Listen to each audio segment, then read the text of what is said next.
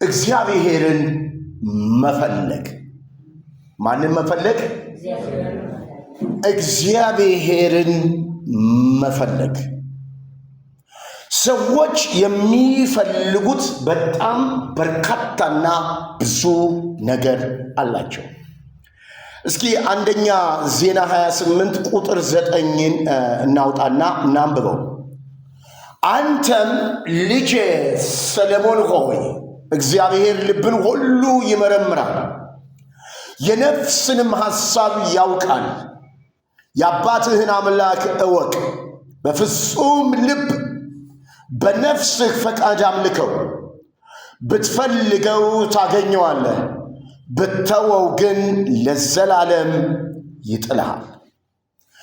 ዳዊት ለሰለሞን ንግሥናውን ሊያስረክበው፣ ስልጣኑን ወንበሩን ሊሰጠው ሲቀርብ፣ ጊዜው ሲቀርብ፣ ሰዓቱ ሲቀርብ ለሰለሞን ወንበሩን ለሚቀበለው ወይንም ደግሞ ንጉሥነቱን ንግሥናውን ለሚቀበለው ለልጁ ለሰለሞን የመከረው ምክር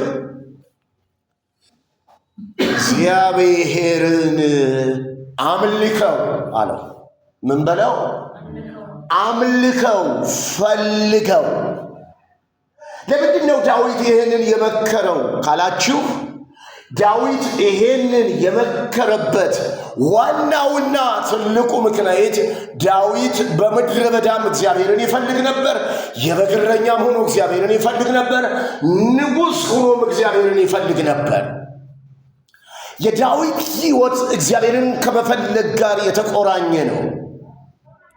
የዳዊት ሕይወት እግዚአብሔርን ከማምለክ ጋር የተቆራኘ ነው። የዳዊት ሕይወት እግዚአብሔርን ወደ ሕይወቱ ከመጋበዝ ጋር የተቆራኘ ነው። ስለዚህ ልጁን ሰለሞንን ሲመክረው እግዚአብሔርን ፈልገው አለው፣ እግዚአብሔርን አምልከው አለው። ዳዊት እግዚአብሔርን በመፈለግ በመጽሐፍ ቅዱሳችን ላይ ቁጥር 1 ከሚሰጡት የእግዚአብሔር ሰዎች መካከል ነው። ስትፈልገው ደግሞ በፈቃድህ ፈልገው፣ ማንም አስገድዶህ ሳይሆን። እስኪ አሜን። እንግዲህ እኛ ይህን ጾም ጸሎት ጀመርን አይደል? የረጅም ቀናት ጾም ጸሎት ነው የጀመርነው። ዛሬ ሐምሌ 1 11ኛ ወር 2018 ወደ 2019 ሳንሻገር በሰው ዘመን አቆጣጠር፣ እግዚአብሔር የዘመን ቁጥር የለውም፣ ዘመን መቁጠርም አያውቅም። ለሰው ግን የዘመን ቁጥር ሰጥቷል። ሰው ግን ዘመንን ይቆጥራል። ስለዚህ እኛ ዘመንን እንቆጥራለን፣ የዘመን ቁጥር አለን። እግዚአብሔር ኢንድለስ ነው፣ ታይምለስ ነው። አልፋና ምንድን ነው? ኦሜጋ ነው። ጅማሬም የለውም፣ ፍጻሜም የለውም።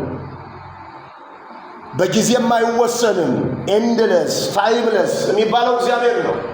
እኛ ግን ፍጻሜም አለን፣ ጅማሬም አለን፣ የዘመን ቁጥርም አለን። ስለዚህ እንደ ሰው እንቆጥራለን ዘመን ማለት ነው። እና እነዚህ 2 ወራት እስከ ጳጉሜ መጨረሻ ድረስ የሚቆየው የጾም ጸሎት ወራት እግዚአብሔርን የመፈለግ ወራት ነው።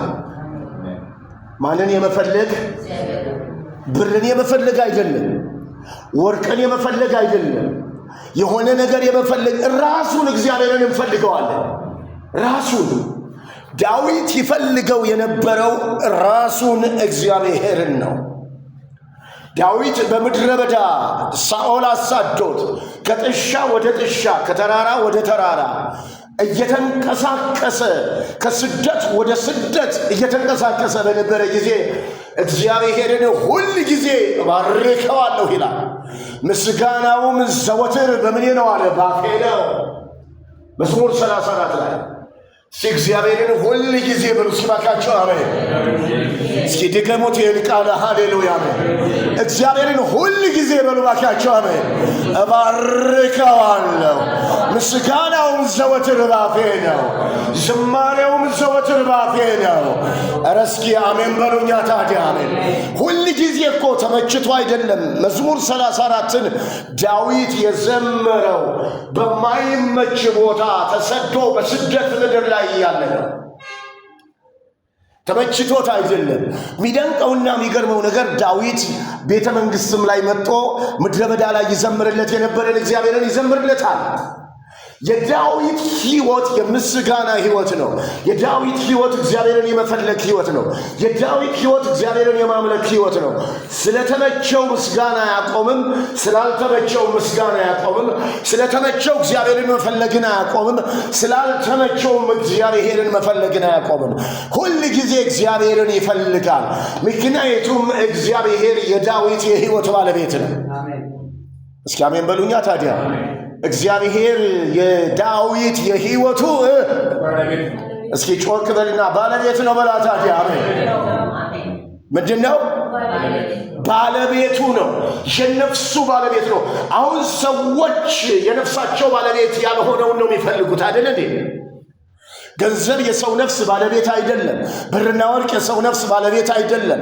የሆነ ነገር ስልጣን ምናምንቴ ይሄ ኮተቱ የነፍሳችን ባለቤት አይደለም። የነፍሳችን ባለቤት ሕይወት የሰጠን ሕይወት ያካፈለን ነፍስን ስጋን የሰጠን እግዚአብሔር ነው ባለቤቱ። በዋጋ ተገዝታችኋል። በዋጋ ምን ብላችኋል? ተገዝታችኋል። ስለዚህ በሚሞት ስጋችሁ እግዚአብሔርን ምን አድርጉ? አክብሩት።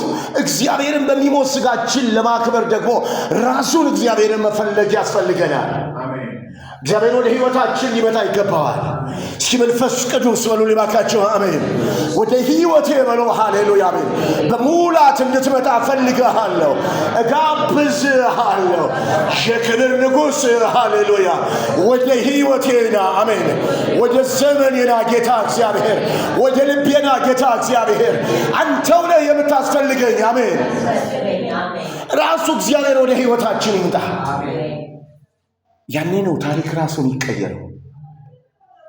ታሪክ የሚቀየረው ያኔ ነው። ስለዚህ ዳዊት ሰለሞንን ፈልገው ሲለው ዝም ብሎ አይደለም ፈልገው ያለ ፈልጎ አግኝቶት ነው። እስኪ አሜን። ራሱ ዳዊት ፈልጎ አግኝቶት ነው። እግዚአብሔርን ፈልጎ አግኝቶታል።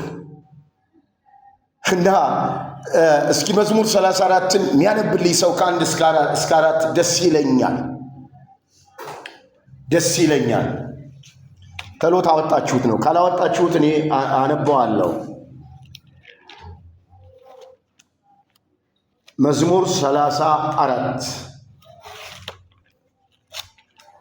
መዝሙር 34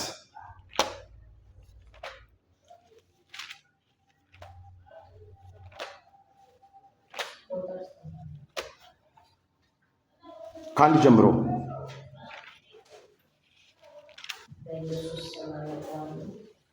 እግዚአብሔርን ሁልጊዜ እባርከዋለሁ፣ ምስጋናም ዘወትር ባፌ ነው። ነፍሴ በእግዚአብሔር ትከብራለች፣ ገሮችም ሰምተው ደስ ይላቸዋል። እግዚአብሔርን ከኔ ጋር ታላቅ አድርጉት፣ በአንድነትም ስሙን ከፍ ከፍ እናድርግ። እግዚአብሔርን ፈልጉት፣ መለሰልኝ፣ ከመከራዬም ሁሉ አዳነኝ። ወደ እርሱ ቀረብኩ፣ ያበራላችኋል፣ ፊታችሁም አያፍርም። በቃ እግዚአብሔርን ሁል ጊዜ መቼ ተናገሩት ይህን ቃል እስኪ ጮክ በሉና ሁል ጊዜ በሉ እስኪ አሜን። እባርከዋለሁ፣ ምስጋናውም ዘወትር ባፌ ነው። ነፍሴ በእግዚአብሔር ትከብራለች፣ ገሮች ሰምተው ደስ ይላቸዋል። እግዚአብሔርን ከኔ ጋር ታላቅ አድርጉት፣ በአንድነትም ስሙን ከፍ ከፍ እናድርግ። እግዚአብሔርን ፈለግኩት፣ መለሰልኝም፣ ከመከራዬ ሁሉ አዳነኝ። ወደ እርሱ ቅረቡ፣ ያበራላችሁማል፣ ፊታችሁም አያፍርም። እግዚአብሔርን ምን አደረኩት? ፈለኩት። የት ላይ ሆኖ ፈለገው? ምድረ በዳ። የት ላይ ሆኖ ፈለገው? በማይመች ሁኔታ። የት ላይ ሆኖ ፈለገው? ተከቦ እያለ። የት ላይ ሆኖ ፈለገው? በችግር ጊዜ።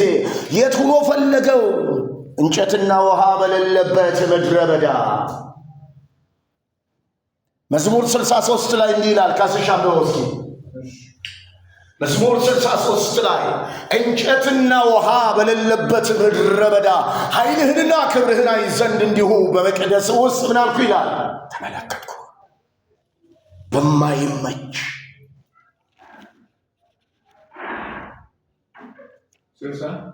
63 አምላኬ ወደ አንተ እገሰግሳለሁ፣ ነፍሴ አንተን ተጠማች፣ ሥጋዬ አንተን እንዴት ናፈቀች። እንጨትና ውሃ በሌለበት በምድረ በዳ ኃይልና ክብርን አይ ዘንድ እንዲሁም በመቅደስ ውስጥ ተመለከቱ። በቃ አምላኬ ወደ አንተ እገሰግሳለሁ፣ ነፍሴ አንተን ተጠማች። ኧረ ሃሌሉያ! ነፍሴ አንተን ምን አለች? ነፍሴ አንተን ፈለገች። ነፍሴ አንተን ራባት። ለነፍሴ ረሃቧ አንተ ነህ። ሥጋዬ አንተን እንዴት ናፈቀች። እንጨትና ውሃ በሌለበት ምድረ በዳ፣ ተስፋ በሌለበት፣ የሚታይ ነገር በሌለበት፣ መደገፊያ በሌለበት፣ ይሄና ይሄ ነው የሚባል ነገር በሌለበት ነፍሴ አንተን ምን አለች? ተጠማች፣ ፈለገች። እግዚአብሔርን መፈለግ ለአሁንም ለዘላለምም እግዚአብሔርን መፈለግ ረፍት አለው።